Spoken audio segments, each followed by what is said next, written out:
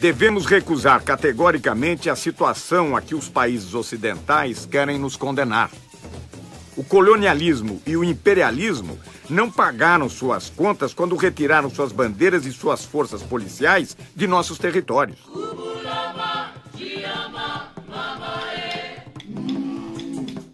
Durante séculos, os capitalistas estrangeiros se conduziram no mundo subdesenvolvido como verdadeiros criminosos. Frantz Fanon, Condenados da Terra, 1961. The problems in Africa did not start in Africa. Those problems are caused from people outside Africa coming in, doing this, doing that, setting one group against another group so that they can fight. And while they are fighting, these outsiders are coming in, taking over. You bring in guns. You give them to one group. You make them really hate this other group. So they start fighting, killing each other. Now, after the fighting and the slaughter really gets started, they come in as peacemakers. Africa is still the richest continent on the face of this earth. And yet, look at the suffering. These children are among thousands forced to work in gold mines in Niger, one of the African countries neighboring Benin. Conditions are appalling, the physical risks enormous. But activists say it's just the tip of an iceberg. It's an issue that has now received some international attention. Tragically, it won't be enough to stop the traffic in child slaves. Quand on écoute les gens, on a parfois l'impression que vraiment le monde, le fameux village planétaire, est un endroit où tout se passe bien partout. Hein? Les sociétés sont prospères, il y a la justice, les droits sont respectés, il n'y a pas de corruption, il n'y a rien, sauf en Afrique. On a l'impression que tout est très bien partout, sauf sur le continent africain. Moi, je trouve ça bien drôle quand même. Je trouve ça extrêmement bizarre, cette façon de raisonner. Je crois que le monde entier ne s'est jamais porté aussi mal. On est bien conscient des mécanismes politiques qui sont à l'origine de nos difficultés sur le continent. Il me semble qu'un pays comme le Brésil doit quand même bien comprendre cela. Le public brésilien, après tout, il n'y a pas très longtemps, en Amérique latine, c'était la CIA qui installait les gouvernements, qui décidait du cours politique et économique dans les sociétés d'Amérique latine, dans les moindres détails. Eh bien, nous, ça revient d'ailleurs à la première question, nous ne sommes pas encore sortis de cette situation. Tú decías cuál va a ser el destino de América Latina. Yo no lo sé, pero sé cuál es el desafío. El desafío es, ¿vamos a convertirnos en la triste caricatura del norte? ¿Vamos a ser como ellos? ¿A repetir los horrores de la sociedad de consumo que está devorando el planeta? ¿Vamos a ser violentos? ¿Vamos a creer que estamos condenados a la guerra incesante? ¿O vamos a generar otro mundo diferente? Vamos a ofrecer al mundo un mundo diferente. Que yo creo que ese es el desafío que tenemos planteado. Hoy por hoy somos, la verdad, caricaturas bastante tristes de modos de vida que se nos imponen desde afuera. Y estamos gobernados por sistemas de poder que cada día nos convencen de que no hay virtud más alta que la virtud del papagayo, que no hay habilidad comparable a la habilidad del mono, el papagayo, el mono, los que imitan, los ecos de voces ajenas. Nós decidimos ser europeus, né? E insistimos em ser europeus, nos recusamos a pensar como nós próprios, porque achamos mais chique pensar como os europeus e os americanos, e aí temos uma enorme dificuldade para entender o mundo. E essa enorme dificuldade também nos deixa meio atarantados, meio tolos diante da história que está se fazendo. Daí a própria política brasileira é um pouco perdida, porque nós não sabemos muito o que fazer com o mundo novo. porque não descobrimos as formas de pensar esse mundo novo a partir de nós próprios.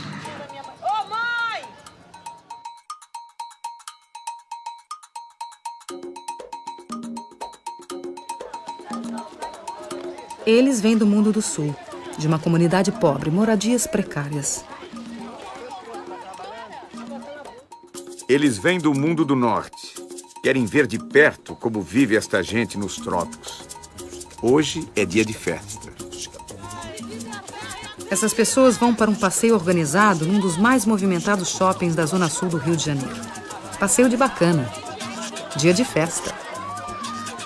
São os suspeitos de sempre. Vocês estão indo pra onde? Nós estamos indo ao shopping. Qual shopping? Ainda não foi tido, não. O que a gente escolher, a gente vai lá. A gente vai passear só no shopping. Vamos só comer um pãozinho com mortadela no shopping. Então, Pacífico, posso contar com isso?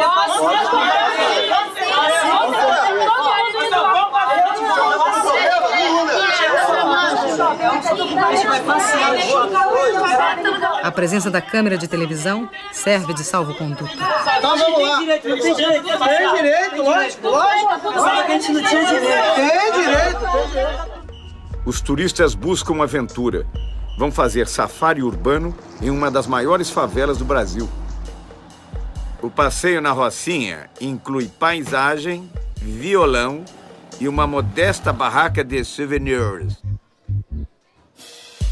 Ambiente hostil, condições externas extremas, extremamente inóspitas a novas ideias, mobilidade relativa. O meu trabalho é um trabalho tão simples, o que os outros vão dizer? Aí fica difícil para mim. O encontro inesperado entre os habituês do shopping e o sem-teto provoca surpresas. Observam e são observados.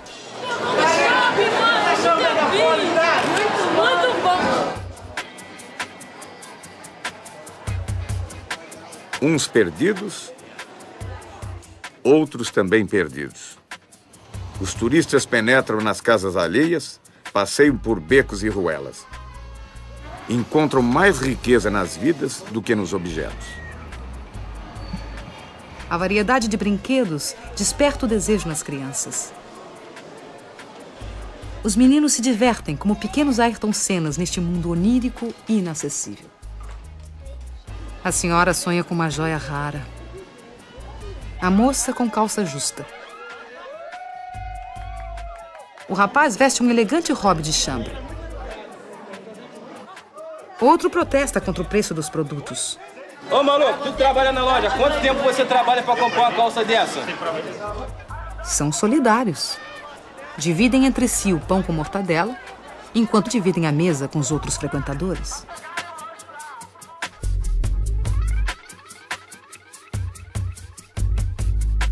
O problema que me parece importante com a globalização é, digamos, a segmentação da formulação dos códigos éticos. Quer dizer, há uma ética dos poderosos, que não chega a ser ética, e há uma outra ética dos que não têm nada. Como também há uma ética dos que desesperados tomam o caminho do que a gente chama de violência, né? Eu creio que essa outra ética, não dos desesperados que praticam a violência gratuita, mas dos que querem grandes mudanças, é cada vez mais compreendida nas camadas mais baixas da sociedade. Mas ela tem contra ela toda uma formulação dessa ética dos poderosos e do direito escrito e da concepção dos juízes e da justiça quanto o que é a convivência social. Não importa. O que importa é que a mudança tem uma base histórica muito forte e ela está ganhando as suas formas de ação que são inovadoras, são formas de ação surpresivas, formas de ação eficazes, e alguns de nós decidimos apoiá-los, apesar da nossa herança dessa ética que envelhece por incapaz de atender o interesse da maioria. Há essa busca também de melhoria de condição de vida, do sem teto, do sem trabalho. Eu acho que isso é a maior coisa que você tem para ter para deixar para os seus filhos, é uma moradia, porque o resto, você lutando, você consegue. Mas você ter um lugar para você voltar, repousar do seu trabalho, é um teto. E se você não tem nada. Você não tem endereço, você não é ninguém. Vergonha! É pai de família! Chega em casa e seu filho não tem comida porque ele pagou o aluguel! Isso é vergonha!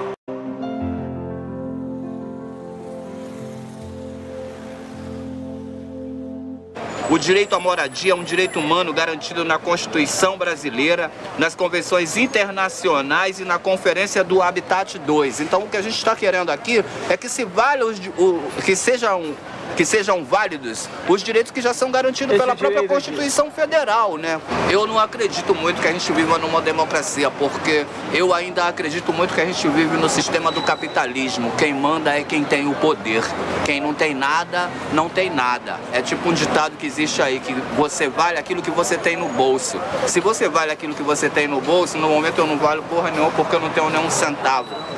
A primeira providência que tomaram, né, para fazer com que a gente recue da nossa proposta de ocupação foi cortar os serviços essenciais. Todo cidadão pobre também tem direito ao centro da cidade. E há uma exclusão muito social e discriminação muito grande com as pessoas menos favorecidas, para que se constrói casa bem distante dos centros da cidade e as pessoas são recicladas como lixo para bem longe dos centros e não conseguem nem trabalho, porque a passagem é muito cara, as pessoas não têm como se deslocar do trabalho. Quando vai procurar um trabalho, você mora onde? Tem que gastar 5, 6 reais de passagem, você já tem dificuldade até aí. Passam 4, 5 horas no ônibus para chegar no local de trabalho. E esses imóveis aqui, nós estamos reivindicando isso. O caso dos sem terra, tratados como um fato policial, não impede um grande número crescente de intelectuais independentes de apoiá-los. Não impede a população como um todo de desejar que eles tenham sucesso. Não importa que, perguntado pela imprensa, as pessoas digam que não estão de acordo. Não tem nenhuma importância. Pode dizer que não está de acordo e está de acordo. Aline Sassahara também é uma militante das telas. A cineasta paulista vê o mundo solidário ao sem terra. Em suas andanças pelo Brasil, registra do MST o que não vemos na TV. Os meios de comunicação selecionam o que está acontecendo. Hoje está acontecendo isso. Está acontecendo milhões de coisas. Mas as pessoas acreditam que só está acontecendo aquilo. É, de fato, uma forma da gente abrir outras janelas, né?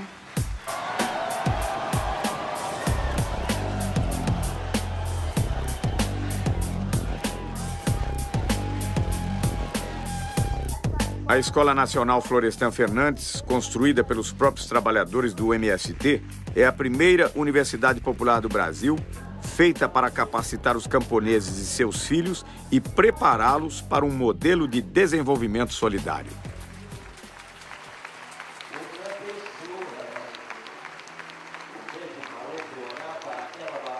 Eu acompanhava o MST, tinha alguma informação e achava incrível eles conseguirem lidar com tanta gente diferente, porque cada um lá com seus desejos, com suas necessidades e tal, e funcionando de uma forma muito organizada para ir contra a maré. A marcha foi um momento de encontro, parecia que todo o movimento estava reunido ali.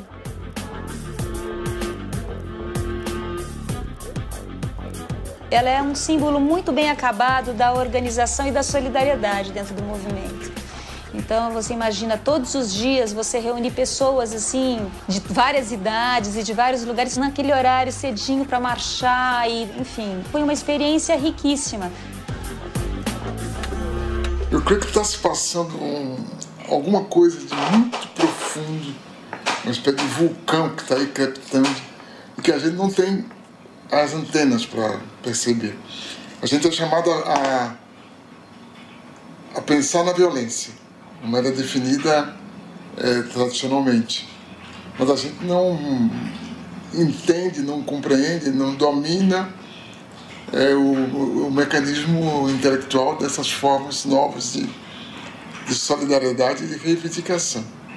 Porque o Brasil jamais teve cidadãos. Nós, a classe média, não queremos direitos, nós queremos privilégios. E os pobres não têm direito. Não há, pois, cidadania neste país. Nunca houve.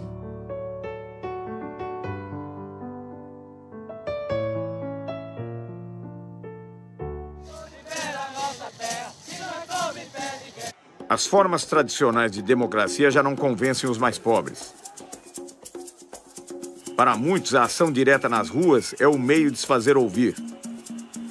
Os diversos movimentos populares buscam alternativas para uma globalização solidária.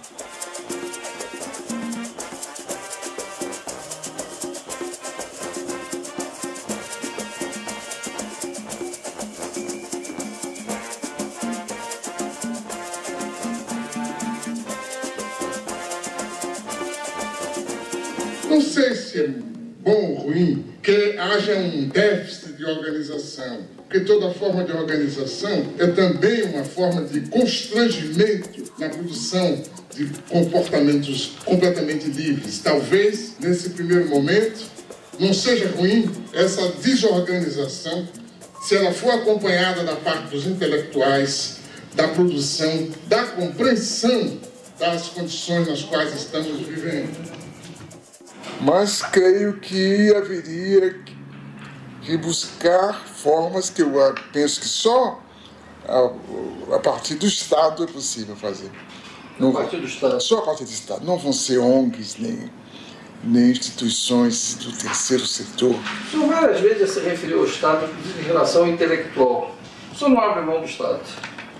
Eu creio que o Estado é indispensável porque as entidades chamadas terceiro setor, primeiro, elas não são abarcativas, elas não podem cuidar do conjunto das pessoas que precisam de cuidados. Segundo, elas acabam obrigadas a cuidar melhor de certos setores e não de outros setores. Enquanto que o Estado, através do exercício da política, a tendência dele é cuidar de todas as pessoas.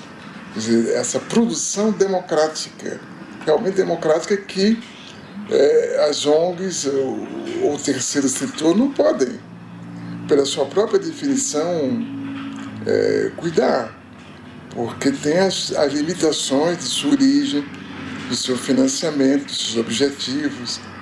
Então o Estado se torna algo cada vez mais indispensável, porque as fontes criadoras de diferença, de desigualdade, são muito mais fortes do que no passado. Então, para desmanchar essas diferenças, para reduzir essas desigualdades, é necessário um Estado que intervenha, um Estado socializante, por conseguinte. Tudo se discute neste mundo, menos uma única coisa que não se discute. Não se discute a democracia. A democracia está aí como se fosse uma espécie de santa de altar, de quem já não se esperam milagres, mas que está aí como uma referência, a democracia. E não se repara que a democracia em que vivemos é uma democracia sequestrada, condicionada, amputada, porque